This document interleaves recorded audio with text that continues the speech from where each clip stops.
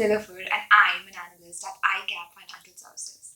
And today, we'll be discussing about swing trading. Swing trading is a style of trading that attempts to capture short to medium-term gains in the stock market over a period of few days to several. Swing trading involves taking trades that last a couple of days up to several months to make profits from anticipated price moves. Swing trading allows you to take more time to analyze the market that you're trading and take trading decisions in a more relaxed manner.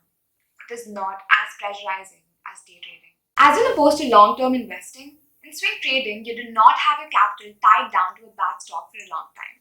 If you see a trade not working fine, you can take a small loss and invest in a different trade. One major disadvantage of swing trading is there's exposure to overnight and weekend price gaps. Markets can make dramatic moves overnight, and if such a move goes against your trade, it can be a rude awakening when you check your position the next morning. Even stop losses don't protect you from that at times. We hope you enjoyed this video. If you like this video, please like, share, comment, and subscribe to 𝐓𝐡𝐚𝐧𝐤 Financial Services.